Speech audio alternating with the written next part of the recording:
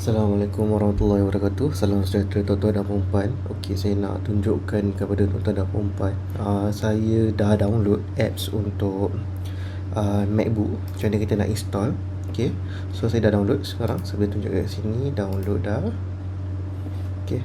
Saya delete yang sebelum ni. So ini untuk MacBook macam mana kita nak install dia.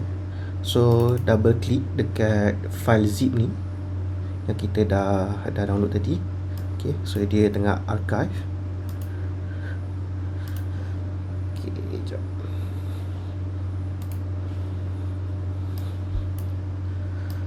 So yang lama saya delete dulu. Saya nak tunjukkan macam mana kita nak buat supaya dia nanti dia akan naik. Ada problem lah, biasanya akan ada problem first time kita install, memang akan ada problem. So tadi saya dah application. Oh tak boleh sebab tengah buka. Sekejap kita tutup dulu. Good. So saya delete dulu. Ni yang lama lah.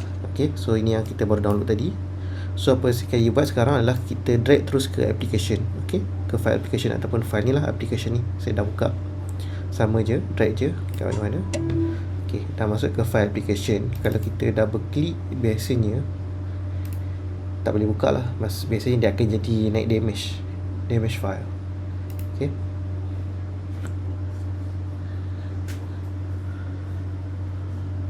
Okay, so ini dia naik inilah biasanya. So apa kita buat kalau jadi macam ni? Sekejap saya share. Step dia senang je.